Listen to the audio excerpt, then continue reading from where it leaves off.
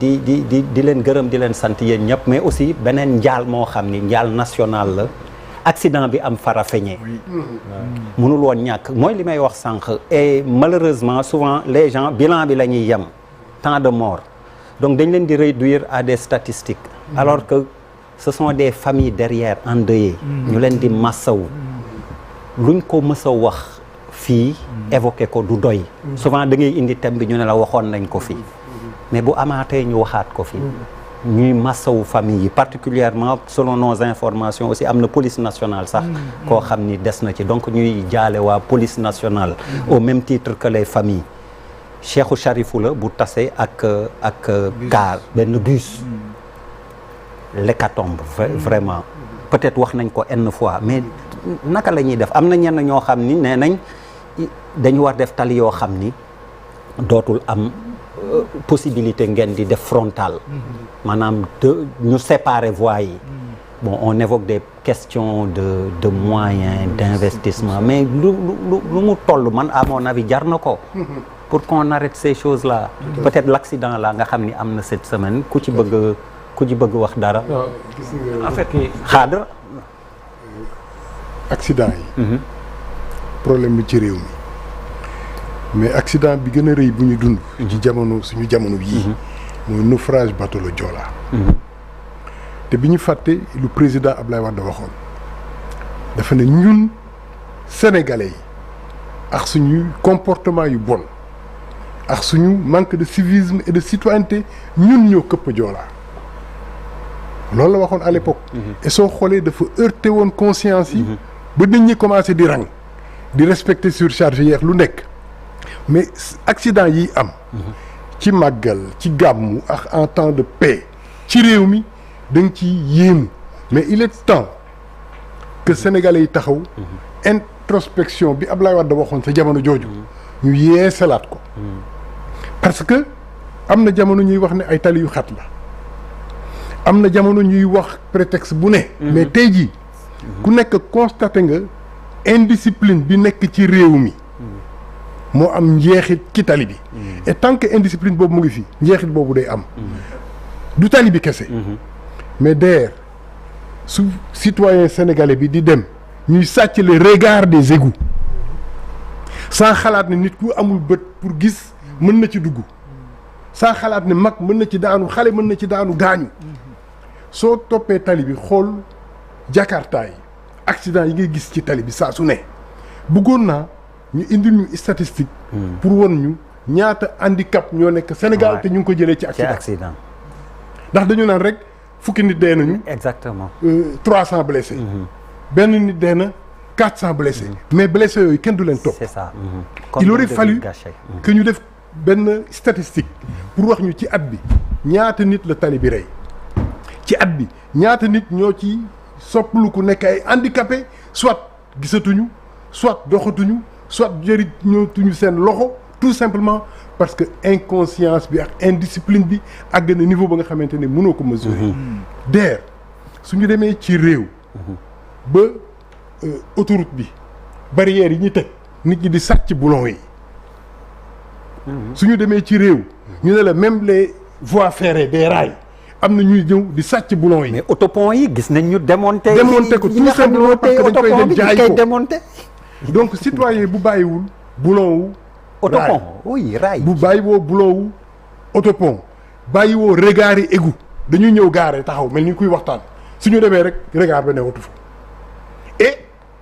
du ñu topp parce que xam nañ ne ñooñu di ko jëfandoo ana fan lañ koy yóbbu ak naka lañ koy defee donc accident yi il est bon que ñu wax nit ñi ne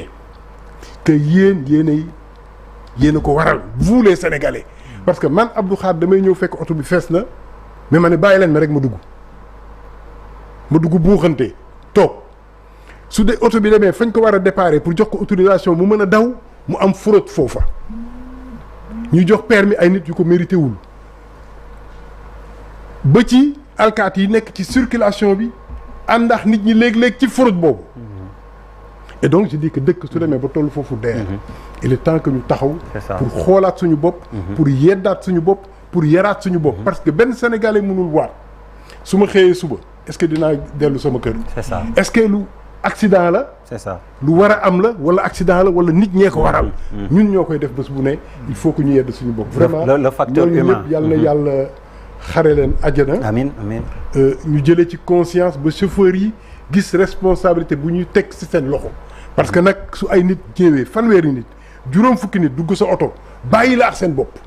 soo defee benn erreur rek. bakkan yooyu yëpp mën na fa des il faut que nit ki jël conscience ci responsabilité bi nga xamante ne moo nekk ci ay loxoom mais soo si jëlul conscience borom kaar bi jël xale bu amagul ñaata at xale bu ndaw dénk ko kaar bi amul responsabilité nga gis ay kaar yuy rig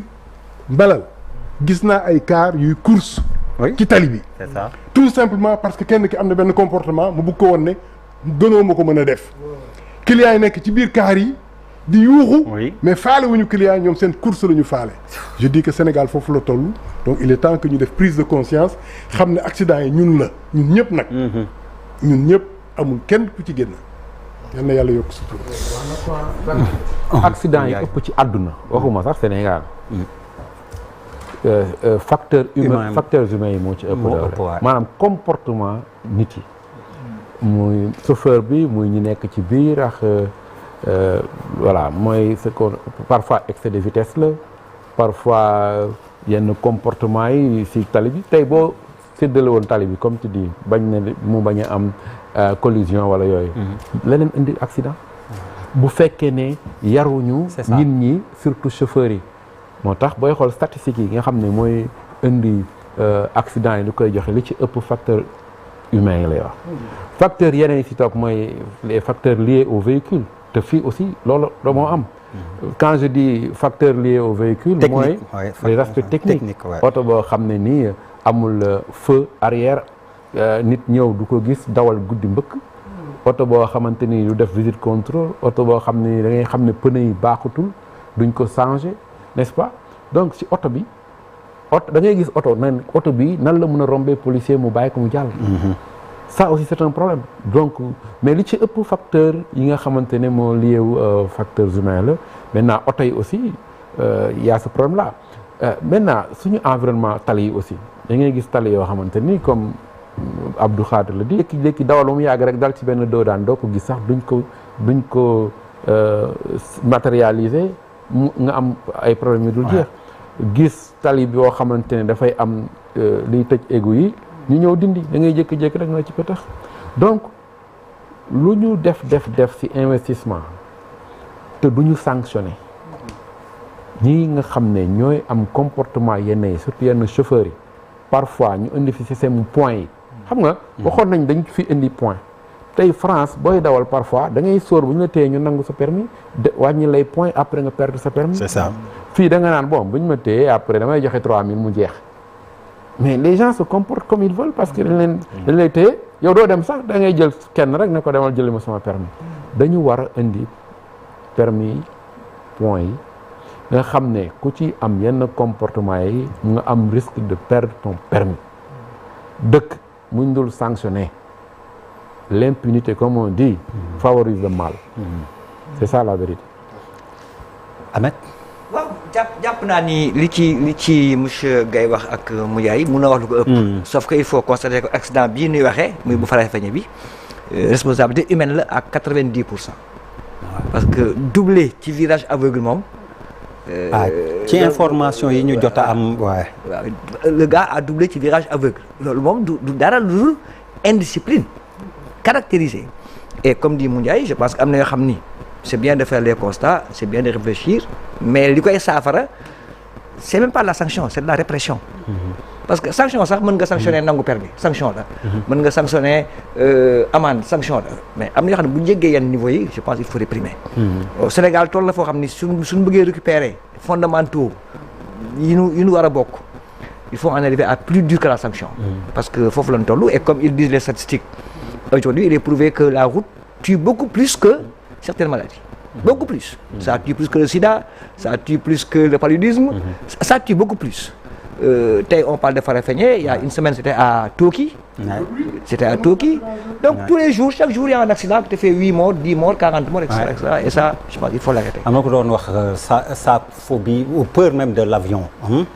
waaj ne ko tu devrais plus t'inquiéter de ton trajet entre ta maison et l'aéroport plutôt que le vol que tu prends.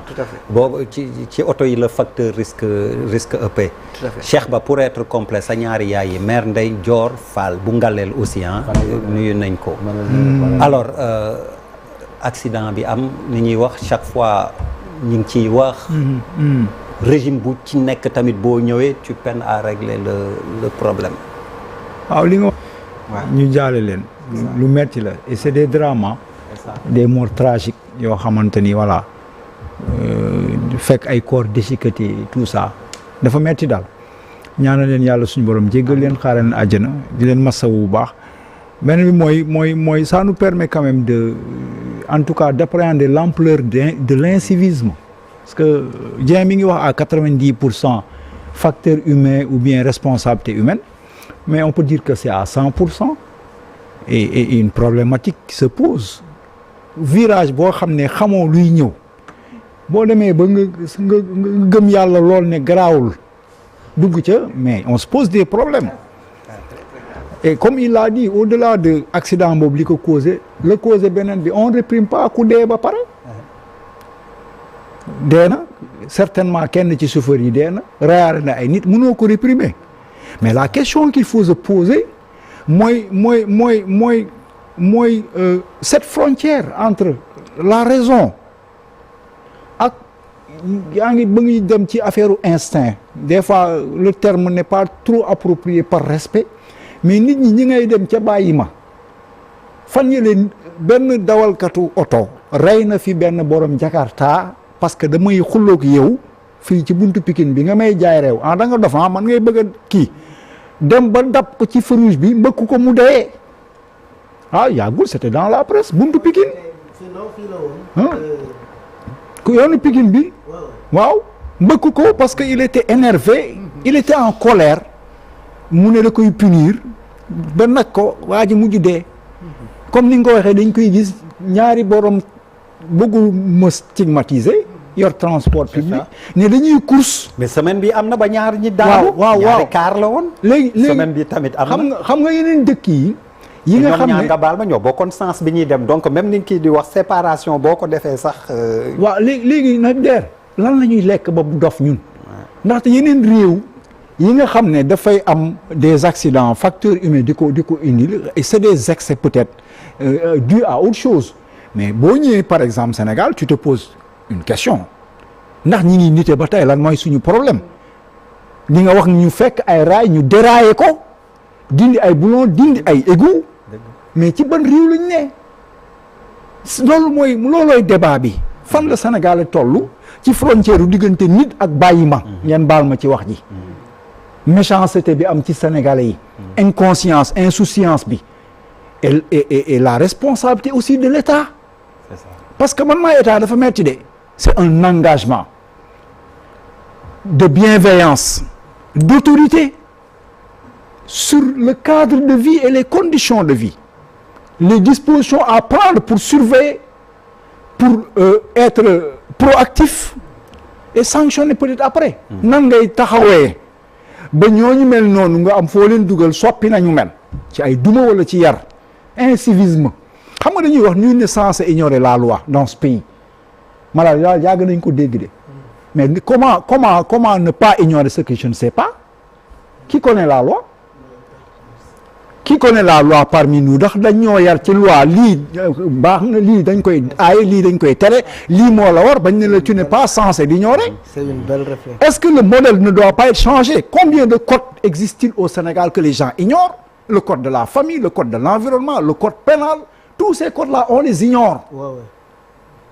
kon ñu dugg école ba dem université xamoo sax lan mooy société bi lan la organiser. mais pourtant la loi dit justement stipule que nous censé ignorer la loi. dañ ko war a xam. non li ngay wax xamuñu ci dara. non li ngay wax baax na trop. xamuñu ci dara code pénal maîtriser wuñu ko. lan moo la war ak lu la warul loolu la cay fekk.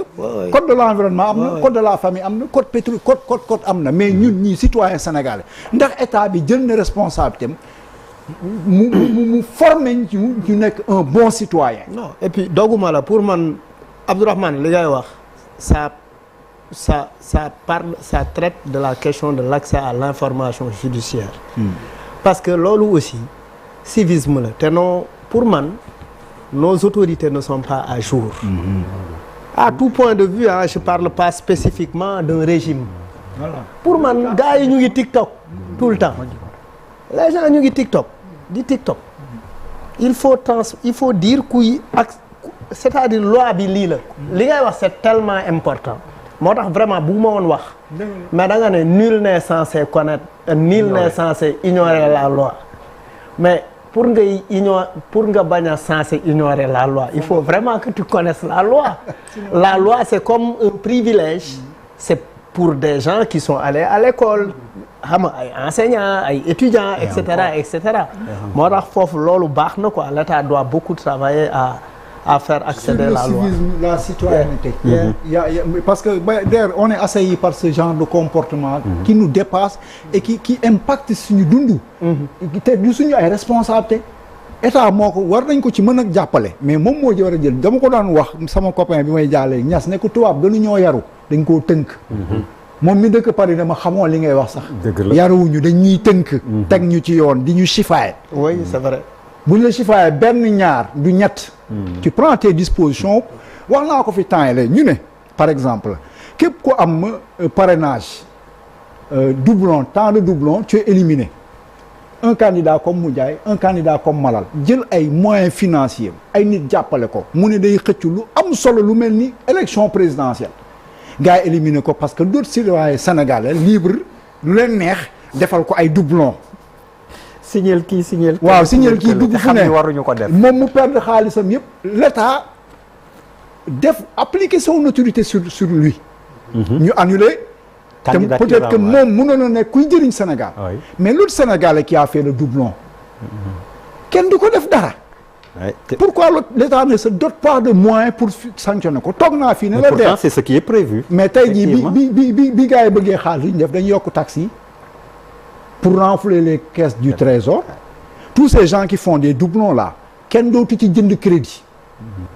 kenn dootu ci recevoir Orange Money. kenn dootu ci Wave ku ko ci def ma dagg la. sanction pécuniaire bi état teg. dama koy dóor sa kaw ba nga xam ne violer la loi du yoon. parce que waxoon naa la lan mooy la loi mooy amuloo droit. dem defi doublon lor doomu jàmbur. mu neex la xëy na da nga encaissé xaalis wala bëgg yàqal nga def loolu moom ñu sanctionné ko état ne man maay état j'élimine Moundiaye mais moom mi nga xam ne def na doublon dara du ko ci fekk te pourtant y a une disposition légale qui doit s'appliquer à lui. léegi état foofu lay ñëwee. nan lay def pour sanctionner kii. comme que ñun ñëpp mu ñu bancariser wu ñu yooyu mais Orange Money bii ñuy jaar. teg ci ay taxes pour kees yi fees. bi ñu jaaxlee wut nañ pexe donc noonu la ñu war a mën a pexe wut pexe ba Abdou bu wutatee dafa tee doublon 200 000 yi état prévoir bu dul peine prisonnier de prison bi mais peine pécuniaire bi dama koy yëg man boo ma daggee 200 à 300 000 ma bëgg saa yi ma jëndee crédit du jàll saa yi ma defee Orange Money du jàll saa yi ma defee Wave du jàll saa yi ma bëggee yéene du jàll dootoo ma ko def ñaari yoon. réew dañ koy ñàkk nit ñi dañ leen di yar. ak yeneen tant que jëluñu décision boobu état xool nu muy ñagee loolu corruption yooyu la nu mu tuddul loi bi ñuy def pour les lanceurs d'alerte mais amul agression bu gën a garaaw nit su war a soxla këyit fii Sénégal dugg dans une administration ñu ne ko boo fayul nangam doo ko jot xamoo ndax dafa war a tukki xamoo ndax dafa war a jàngi xamoo ndax dafa war a faju ci lu neex benn groupuscule de Sénégalais qui ne méritait même pas d'être à cette place-là ñu nat la ne boo fayul nangam duñ la ko wax de mais seen stratégie la ñuy teg nga war a mën a soumettre ñu agresser la moralement ndekk def la un corrupteur nga fay xaalis sinon doo jot sa këyit te pourtant une plateforme citoyenne contre la corruption mën nañ ko def mu njaay mën nañ ko def c'est des orientations pour dénoncer ces pratiques et protéger le consommateur protéger le Sénégalais ça va au-delà wax na ko des fois am ñoo xam ne ils sont préposés à faire respecter cette loi dont on parlait et qui violent cette loi même avec ces gens-là yooyu yëpp day favoriser ça il faut que l'État soit fort pas pour toujours emprisonner mais pour être proactif et mettre en place des stratégies yoo xamante ni dina mën a empêcher yenn comportement yi wala bu amee ñu mën a sanctionner. Abdoulaye Gallo Diaw. Ouais, merci beaucoup moi j'ai tellement émerveillé avec man kay gis naa ni bett naa la. il est parti voilà de de manière transversale. indi nañu parrainage voilà c'est mais quand même au moins je suis entièrement d'accord avec. Maintenant moi je dis que de manière brève parce que on tire en longueur que c'est la responsabilité de l'État.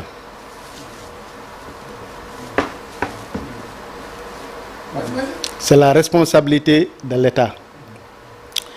parce que transport en commun c'est l'État moo ko dramatiser banaliser ko. Il y a 3 catégories de permis. Poids léger pour les particuliers, man ak yow, poids lourd pour ceux les conducteurs de camions et transport en commun pour képp kuy dawal transport en commun. Mais fan nga gisee fii Sénégal fu ñuy former un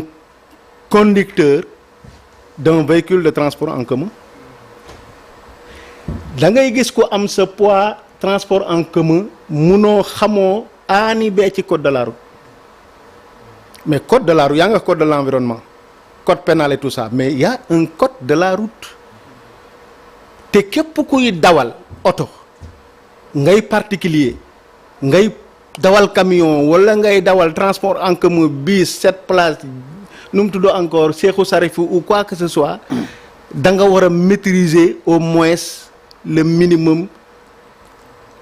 ci code de la route te da ngay gis ku yor bus wala nga yor tata wala nga yor Cheikhou Sarifou dara xamoo ci code de la route accident yi ko waral yëpp c'est le non respect du code de la route ngay doubler 5e position wala virage ñëw ngay doubler loolu moo ko indi gis nga boo xoolee il a dit tout à l'heure en France boo defee accident ñu nangu sa permis et consort mais dans les pays occidentaux attention mais demal sax il suffit juste de capter National Geographic nga gis les accidents yu extraordinaires yu am mais doo ci gis accident transport en commun rare de laa lay wax ni mais fii Sénégal par contre du particulier yi ñoo def accident ce sont les chauffeurs des véhicules de transport en commun maintenant comment faire parce que munoo nag wax dëgg fa yàlla le secteur des transports est l'un des secteurs prioritaires maanaam li ñuy wax névralgique de la société mooy dundal di rey ay nit le principal facteur de la communication c'est le transport le facteur temps léegi yow ñooñu yor transport en commun yor le poumon doo leen former fen nee naa la les permis dañ koy lijjanti ba transport en commun doo xam tous ci code de la route ñu jox la oto te oto yi ku koy moom ce sont des mercenaires ñi nga xam te ne xaalis la ñuy lijjanti teg pression chauffeurs yi ci versement mooy indi surcharge bi mooy indi nga bëgg a def aller retour bu gaaw mooy indi ci événement yi gàmmu màggal nit ñi di doo mën a nelaw parce que li lay borom oto bi di teg la te loolu yow bu fekkente ne l'État regarde toog di seetaan donc la responsabilité de l'État elle est engagée nañu jël secteur bi privilégié ko ubbi ay école ay centre de formation pour des chauffeurs de transport en commun mais rare nga gis sax même bis Dakar dem dikk yi ñu def accident attention ñi koy def mooy comme li ma la wax rek c'est une responsabilité de l'État État na jël ay responsabilités am permis yi nga xamante ne ni ñu ngi koy jagleel